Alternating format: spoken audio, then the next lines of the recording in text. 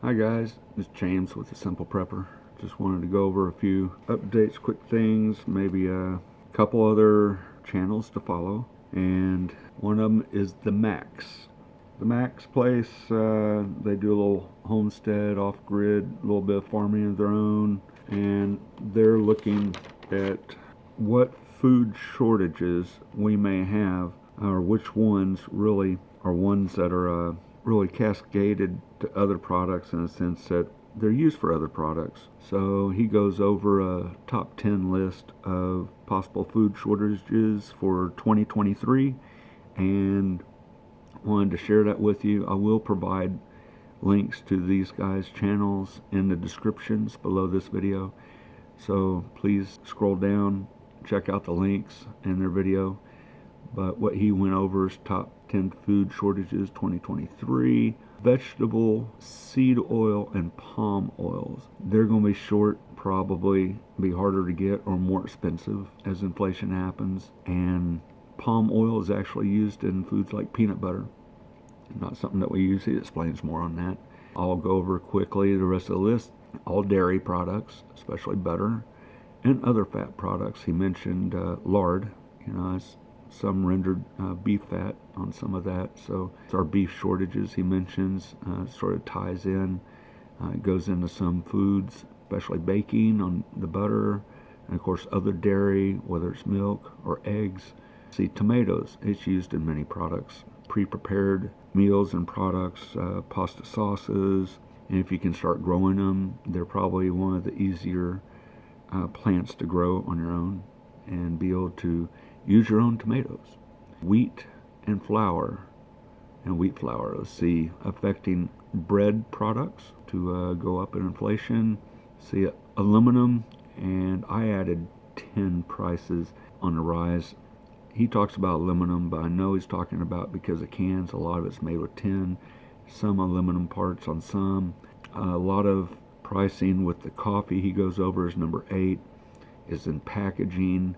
More and more products are using this mylar film to package products in. It's a good storage product, but it uses different amounts of aluminum pressed in with it too. So the effects with aluminum right there, cost of packaging. Sodas and alcohol, number 6. He says to wean yourself off of sodas, alcohol, best you can. When things become short, it's going to be hard to overcome some of that. I know sugar addiction because I'm diabetic. I had to overcome sugars. I swear they put sugar. You can't find a can of Progresso soup without there being sugar in it. It's like what happened to just savory. Pet foods. A lot of byproducts of foods we have from meats. They use a lot of byproducts that normally aren't sold to as for consumption for us humans. At the store, it's not the prime stuff. It goes into pet foods. So a lot of these same shortages are going to cause inflation and maybe shortages on some pet foods. Of course, coffee. Recent weather effects down south have hindered some of the crop harvests from drought, then heavy rains, flooding, and then back to dry. It hadn't stayed a nice consistent weather for a lot of the coffee crops. He talks about some teas are this way too in some parts of the world. We're going through some weather shifting right now. Some places, 50 and 100-year storms. So also number 9, local fresh produce on the decline. A lot of the growers, of local produce, they're being hampered and having problems on supply issues, especially fertilizers. Those type of foods are going to go up or be shorter supply, or maybe their quality's just not what it used to be. But we can see inflation on that and harder to get. And of course, number 10, he explains about the beef price fluctuations, especially for culling herds and putting more meat on the market as they can't afford to supply and keep their cattle. So with their other inflations, it's hindering them on being able to afford ranching and farming. Then once that little influx of culling herds, which brought prices down or kept them medium, we're going to have more shortages. It takes a long time to grow a cow, he says, which is true. Do take note on these. I made just a quick list to summarize what he went over in about 18 minutes. Next, the Canadian Prepper. Please stay tuned to his channel on YouTube. He really stays up on current war activities. He goes over in the latest video about possible cyber EMP nuke perspectives. He articulates well and theorizes well to hypothesize on what might happen. Of course, it's all hypothesis, but he's trying to deduce what foreign leaders such as Russian generals and their Secretary of Defense, what they've come out and actually stated publicly what they want to see, or the actions, or what they think they might have to do to achieve what they're wanting to do. Of course, links in the video to the Canadian Prepper down below. Please follow that and check him out. I believe his name is Nate, and he does a really good job going over prospects for prepping to what's going on internationally, just to be able to keep up on global events as they happen. Now, also, I'd like to go over just a quick point. I'd like you to keep up with your preps, and especially if you're just starting on your working pantry. I'd say you gotta start sometime. If you haven't started already, just like the Max said, it's never too late to get started on something. Don't let those other people tell you, oh, it's too late. You're never going to have enough to survive. So start with the working pantry. I like the little, buy two rule, especially on non-perishables. But first off, what you need to learn is how to prepare some food at home. I know a lot of people are getting addicted and complacent with these on-demand food delivery with apps, say Uber Eats, Grubhub.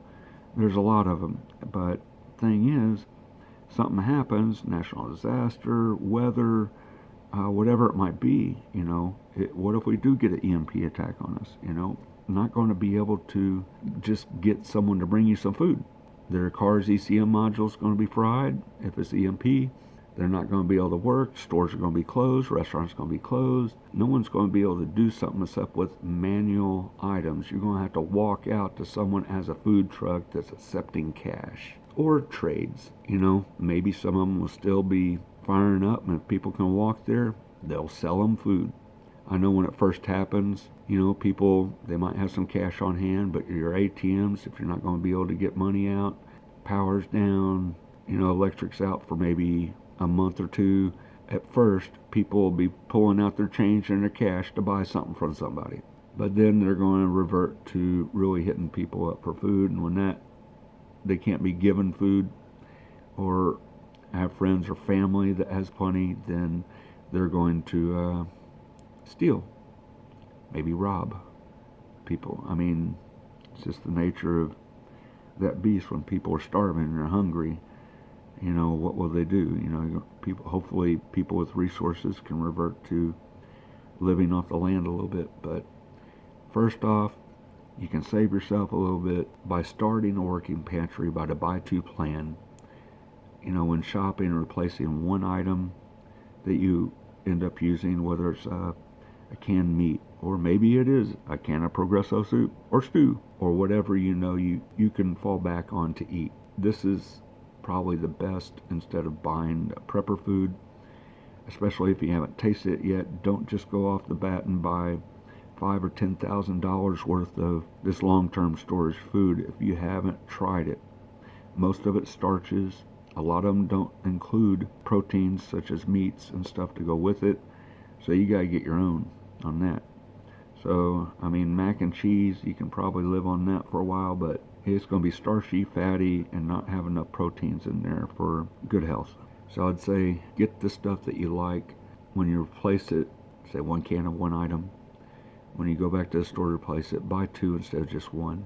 Next time you eat one and you go to the store the next time, don't just replace it with one. To replace it, buy two again until you get the depth of those products you want, as far as whether it's a week's worth, 2 weeks worth, 3 weeks worth.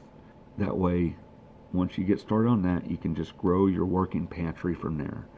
You're going to have frozens probably. If we don't have electric, you'll want to eat some of those first along with your fresh that's in the refrigerator. Things that'll spoil easy. Start on that, and then start supplementing with your dry goods and canned foods, long-term storage foods such as non-perishables. You're also going to need water. Anything you have dried, you have to reconstitute with water. Make sure your water stocks and supplies are up. Definitely keep that up, or get started. Buy 2 plan. Do it slow way, not to break the bank, is better than nothing at all. Then also, the Canadian prepper, he ends up explaining a lot in this video that I share in the link in the descriptions. Nate goes over about, whether it's reverting to nukes if Russia can't get what they want conventionally and can't win, what's going to pursue upon that. Maybe it's just confined to that region and around Ukraine, but you also got China licking its chops to invade and take back Taiwan and all its resources as well. Then you got also the quadruplets gathering together, these 4: Russia, China, also Iran, and North Korea. They're all on a mission together and supplying each other and then helping each other achieve what they want to do. So there may be further outbreaks in the Middle East. As far as war outbreaks, we already know Turkey's looking to take over some of the top part of Syria, and also North Korea and Iran both have already threatened the U.S., saying that they want to attack us with an EMP. They want to park a nuke over our atmosphere somewhere to be able to cause the EMP and slow our roll. Well, I wouldn't be surprised myself if Russia takes the initiative, or China does, just to slow the U.S. roll, Canada, and this part of American continent, North American continent, from helping our allies over there that they're trying to take over. So what if we do get attacked by EMP? Well, it's something you need to prepare for, but something in similar effect is CME, coronal mass ejection. And with a coronal mass ejection from the sun, like we had a near miss in 2012 by 9 days, it would have been an effect very similar to what was reported to have happened in 1859. That one solar flare that affected the Earth and actually caused an EMP effect that melted telegraph lines. It acted like a thin, long antenna. Well, we have much bigger antennas with our power grid. With that EMP, can affect electronics, take our power out until we get it back up again. But at least the wires are much bigger and heftier. It could probably handle what electrons would be bombarding the electric grid compared to the small little telegraph lines. Sort of like a lot of home phone telephone lines that come in on telephone line poles. Those will probably be affected. And small lines for cable, say even the spectrum cable stuff, if they don't have proper shunts to ground with relays that'll stop surge like that of over voltage current, then those lines are going to get fried. They won't be able to get back up going good, especially if they have the relay points not protected either, that distribution points in neighborhoods and especially in their own servers. Same with cell towers. They're going to need to protect those. What I'm saying is you need to harden also for the prospect of EMP or CME probably in a few months to 2 years or more to come. Our solar cycle, 11-year solar cycle, is on the uptick on sunspots right now. That also causes more flares from the sun, coronal mass ejections. There's a higher count, so there's a higher probability we might get hit with it again, or a near miss. But if it does hit Earth, yeah, it'll put the whole globe in the dark ages, as far as technology goes, if no one's prepared, if no one's prepped for it. Thing is, there's equipment that you can prep right now available to the civilian market. Siemens has some products, but the easiest ones I see for installation and best designed for this type of effect from EMP and CME is EMP Shield products. And they've actually been tested by Keystone and Intertech. Keystone did the testing for military compliance for their required specs to be used in the military, and they're on DHS's, preferred vendors or advised vendors for this. So I'd say check them out, and I'll put the link for their website in the descriptions below as well. And that will also give you the automatic fill-in with my coupon code, The Simple Prepper, to get $50 off per module from EMP Shield. That can be even their ham radio and CB radio antenna arresters to be able to lightning arrest or protect from EMP or CME. Also includes, of course, the modules that go in cars to protect your car, and also the modules for home and business use. Now, they do make products, I think, 36 or 37 different models of product to be able to help with different situations, even down to if you have off-grid solar power and you need to protect the whole system by hooking it up with your charge controllers. And they make them multi-line ones for dual, whether it's 12 volt, 24, 48, or 36. I can't remember. You have to take a look at the website on those. They also make 3-phase as well as the 2-phase and single phase. The single phase they have the RV module or portable module. The RV module, you just have to plug it in. They actually provide a little power strip on it too, but those aren't the only items to be protected, not on the power strip. The whole system, the whole phase of your house or apartment that you plug it into on that 120 volt phase of the 240 volt setup would be protected, as long as it's within 250 feet of wiring. So standard medium-sized houses are really all right. If you have bigger runs, you might want, like a mansion of a house, and you're renting it, so you don't want to install something on the breaker box there. You might get a extra or two to cover from each end of the house if it's really big, like 5,000 square feet or something. My goodness. But a simple fix: when you move, you unplug it, take it with you, because it plugs in a standard wall outlet. So nevertheless, check it out, EMPshield.com. Coupon code in cart, use the Simple Prepper, all lower caps, no spaces, and they'll save you $50 off per module. When they run their sales, it will couple with their seasonal sales. So feel free to rake up on that, but we never know when we're going to be attacked, or we might have a few days warning about a CME. I would say the sooner the better. Get what you can now and get more later. But protect yourself, start prepping. I've been going over which zones I need to plug my RV model into. So I'm consolidating just for affordability. I don't have the money to pay an electrician to add an extra box, since I'm out of room in my breaker box for a breaker for 220 setup.